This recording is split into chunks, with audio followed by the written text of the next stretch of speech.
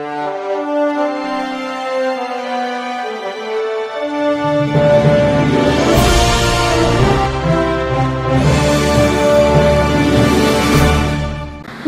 मी Shweta Pawar, city TV लाईव्हच्या बातमीपत्रात आपलं स्वागत आहे। शहरातील हैदराबाद रोडवरील चंदन काठ्याजवळ ट्रक चालकास चाकूचा धाक दाखवून त्याच्याकडील 50,000ची रोकड जबरदस्तीने लुटून नेणाऱ्या दोघांना MIDC पोलिसांनी अटक केली आहे। सूरज उर्फ एकव्या खंडू जगताप वय 24 राहणार हनुमान नगर रूपा भवानी मंदिराजवळ सोलापूर आणि बाळ्या उर्फ अविनाश शिवाजी चव्हाण वय 21 राहणार गणेश नगर मंत्री चंडक अंगण शेजारी सोलापूर अशी अटक करण्यात आलेल्यांची नावे आहेत। त्यांच्याकडून पोलिसांनी 48,000 रुपये किमतीचा मुद्देमाल जप्त केला आहे। बाळा चव्हाण हा पोलिसांच्या रेकॉर्डवरील गुन्हेगार असून त्याच्यावर यापूर्वी घरफोडीचे 2 गुन्हे दाखल आहेत।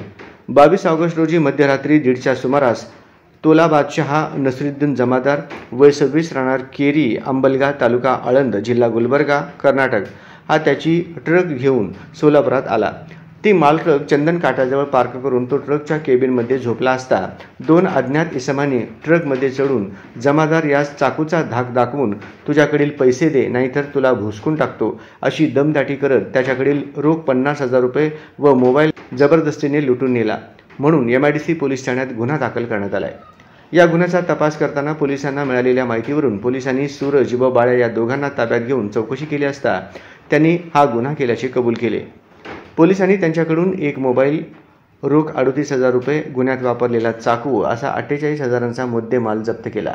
ही कारवाई पोलीस आयुक्त M राजकुमार, उपायुक्त विजय कबाडे, सहाय्यक आयुक्त अशोक तोरडमल, पोलीस निरीक्षक प्रमोद वाघमारे, विजय खोमणे यांच्या मार्गदर्शनाखाली सहाय्यक पोलीस निरीक्षक भरत चंदनशिवे, हवालदार राकेश पाटील, एकनाथ उबाळे, दीपक डोके, सचिन बांगे, पोलीस नाईक मंगेश गायकवाड, शैलेश स्वामी, अमसिद्ध निंबाळ, अमोल यादव, काशीनाथ वाघे, अविनाश डिगोळे, शंकर याळगी, अमर शिवसिंगवाले, सुहास अर्जुन, देवीदास कदम, अजित माने यांनी केली आहे।